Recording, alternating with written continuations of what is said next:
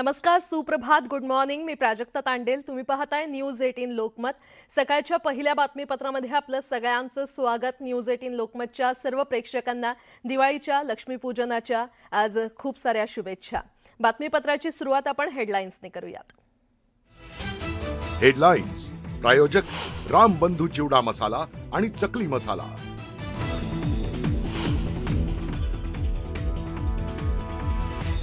भाजप खासदार मेधा कुलकर्णींविरोधात एनसीपीच्या रुपाली पाटील मैदानात.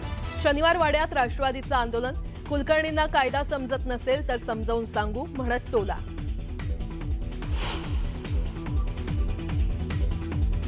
उद्धव ठाकरे घेणार 25 ऑक्टोबरला मुंबईत उपशाखा प्रमुखांचा मेळावा. राज ठाकरेंनंतर आता मतदार याद्यांमधील घोळाबाबत उद्धव ठाकरे करणार मार्गदर्शन.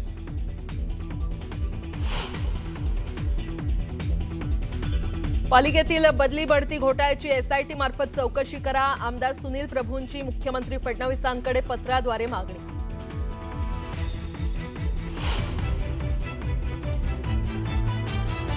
लातूरच्या रेणापूर नाका भागात कारनं तरुणाला फरफटत नेलं. सुदैवानं घटनेत कारनं फरफटत नेलेला तरुण बचावला. बेधुंदपणे कार चालवणारा चालक फरार. शोध सुरू.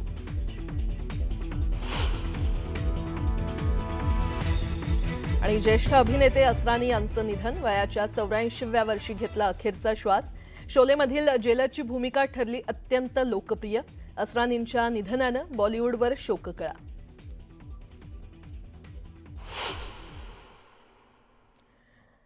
बातमीपत्राच्या सुरुवातीला एक मोठी बातमी. नवी मुंबईतल्या वाशी सेक्टर 14 इथल्या एमजी कॉम्प्लेक्समधील रहेजा रेसिडेन्सीच्या बी विंगमधील 10व्या मजल्यावर आग लागल्याची घटना घडली.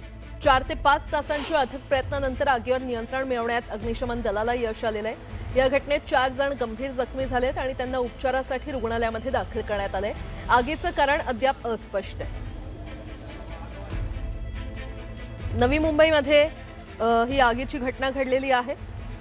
वाशी सेक्टर 14 इथल्या एमजी कॉम्प्लेक्समधील रहेजा रेसिडेन्सी याच्या बी विंगमधील 10व्या मजल्यावर ही आग लागली.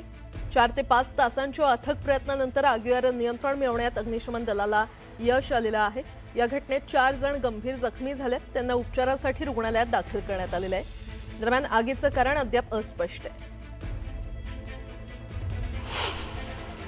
जैसे मालिक फ्लोर 10th फ्लोर पे आग लगा था हमने, तो हमको नीचे से फोन आया था कि भाई आप लोग निकलो फटाफट. तो हमको बाहर निकलने को आया तभी बहुत हुआ था कि नहीं निकलने को हुआ. दरवाजा हमारा बंद हो गया था. तो भी हम लोग कैसे भी करके 3 सेकंड ट्राई किया तो हमारा दरवाजा खुला. नीचे से फोन आया, ऊपर पुलिस वाला आया, हमको दरवाजा तोड़ के हमको बाहर निकाला. वाशी सेक्टर 14 इथे ही घटना घडलेली आहे. 4 ते 5 तासांच्या अथक प्रयत्नानंतर या आगीवर नियंत्रण मिळवण्यात अग्निशमन दलाला यश आलं. या घटनेमध्ये सध्या 4 जण जखमी झाले असल्याची माहिती मिळते. त्यांना उपचारासाठी सध्या रुग्णालयामध्ये दाखल करण्यात आलेलं आहे.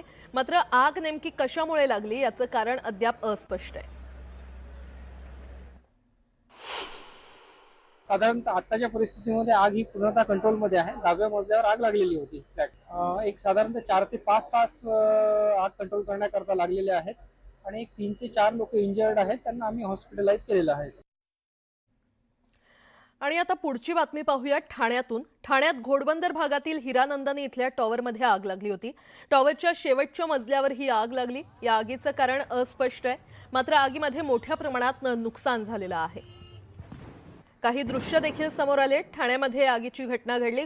घोडबंदर भागातील हिरानंदानी टॉवरमध्ये ही आग लागली.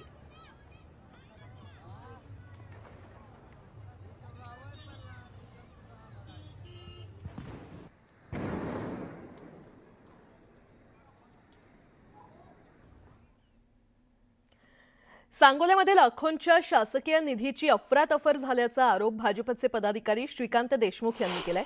बंद पडलेल्या पद्मभूषण वसंतदादा पाटील सहकारी सूतगिरणी तसंच विद्या विकास मंडळ संस्थांमधील तब्बल कोट्यवधी रुपयांच्या गैरव्यवहारांबाबत माजी आमदार दीपक आबा साळुंके पाटील आणि त्यांच्या कुटुंबियांची चौकशी करा अशी मागणी त्यांनी केली आहे. पोलिसांसह विविध यंत्रणांकडे सुमारे 800हून अधिक पानांचे पुरावे देऊन देखील राजकीय हस्तक्षेपामुळे साळुंखेंवर कारवाई होत नसल्याचा आरोप त्यांनी केलाय. तसंच त्यांनी दीपक आबा साळुंखेंच्या भाजप प्रवेशाला देखील विरोध केलाय. साली जी काय सूतगिरणी स्थापन केली होती ती लिक्विडेशनमध्ये निघाली आणि ती रूपांतरितचा प्रस्ताव दिला तर ती झालेली नाही, अद्याप झालेली नाही. परंतु या ठिकाणी भूसंपादन झालं आणि नॅशनल हायवे त्या सूतगिरणीच्या जमिनीमधून गेला आणि कुठलंही संचालक मंडळ कार्यरत नसताना दीपक साळुंकेने स्वतःच्या शिक्षण संस्थेतील शिक्षकाला त्या ठिकाणी चेअरमन बनवून एका कार्यकर्तीला सचिव बनवून त्या ठिकाणी जवळजवळ 2 कोटी रुपयाचा शासकीय पैशाचा अपहार केलेला आहे. की वस्त्रोद्योग असू द्या, साखर संघाचे साखर आयुक्त असू द्या, धर्मादाय आयुक्त असू द्या किंवा फलोद उत्पादक संघाचे पणन संचालक असू द्या, या सगळीकडे तक्रारी आम्ही कलेक्टर सहित केलेल्या आहेत. परंतु या ठिकाणी ही प्रकरणं दाबण्याचाच प्रयत्न होतोय. तर याचा घोटाळेबाज माणसांना या ठिकाणी आपण या ठिकाणी पक्षात घेतलं तर पक्षाची बदनामी होणार आहे. आम्ही हे सांगणारच आहे आमच्या वरिष्ठांना. भंडारा शहरातील खाम तलाव येथील प्रभू श्रीरामचंद्रांच्या मूर्ती परिसरात भव्य दिव्य ऐतिहासिक दीपोत्सव साजरा करण्यात आला. तब्बल 51,000 दिवे लावून हा नेत्रदीपक सोहळा साजरा करण्यात आला. प्रभू श्रीराम जीर्णोद्धार समिती यांच्या पुढाकारातून घेण्यात आलेल्या या सोहळ्यात मोठ्या प्रमाणात भक्तगणांनी सहभाग घेतला होता.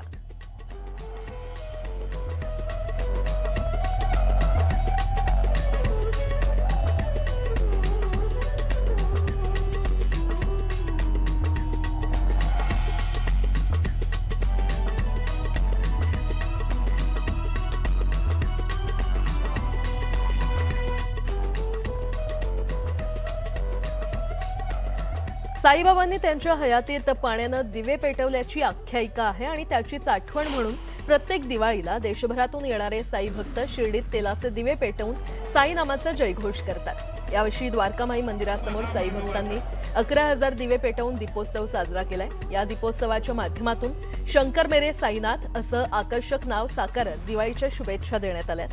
साई मंदिरासह परिसराला आकर्षक विद्युत रोषणाई करण्यात आली असून शिर्डी नगरीत दिवाळीचा उत्साह दिसून येतोय आणि याचाच आढावा घेतलेला आहे आमचे प्रतिनिधी हरीश दिमोटे यांनी. खरं तर ज्यावेळेस साईबाबा हयातीत होते त्यावेळेस त्यांनी पाण्याने दिवे पेटवले आणि त्यामुळे संपूर्ण विश्वाला साक्षात्कार दिला. आज दीपावलीच्या निमित्ताने आम्हालाही हाच आनंद असतो की साईबाबांनी पाण्याने त्यावेळेस दिवे पेटवले. आम्ही या ठिकाणी हे दिवे पेटून साईबाबांना नतमस्तक होतो आणि सर्व साईभक्तांना विश्वास आहे की साईबाबा आमच्या जीवनामध्ये आनंदाचा प्रकाश देतात. हा विश्वास घेऊन आम्ही या ठिकाणी आज हा दीपोत्सव साजरा केला आहे.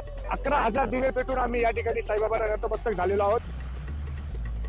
दिवाळीचा उत्साह राज्यातील सगळ्याच मंदिरांमध्ये पाहायला मिळतोय आणि अशातच पंढरपूरच्या विठ्ठल रुक्मिणी मातेला पारंपरिक अलंकार परिधान करण्यात आले होते.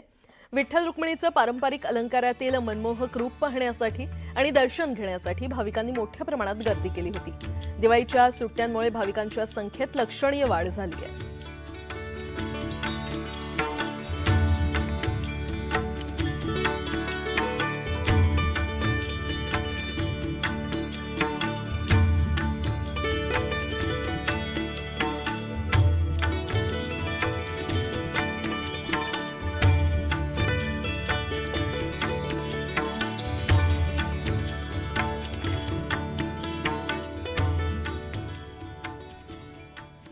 वरळीमध्ये दीपोत्सव सोहळा साजरा करण्यात आला. वरळीत प्रथमच भव्य विद्युत रोषणाई करण्यात आली.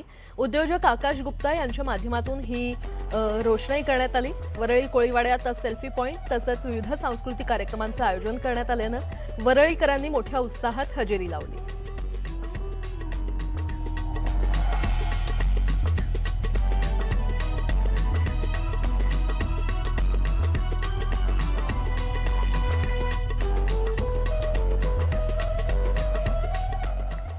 लोकसभेतील विरोधी पक्षनेते राहुल गांधी यांनी खास पद्धतीनं दिवाळी साजरी केली आहे. राहुल गांधींनी दिल्लीतील प्रसिद्ध आणि ऐतिहासिक घंटेवाला मिठाई दुकानात इमरती आणि बेसन लाडू बनवण्याचा अनुभव घेतला.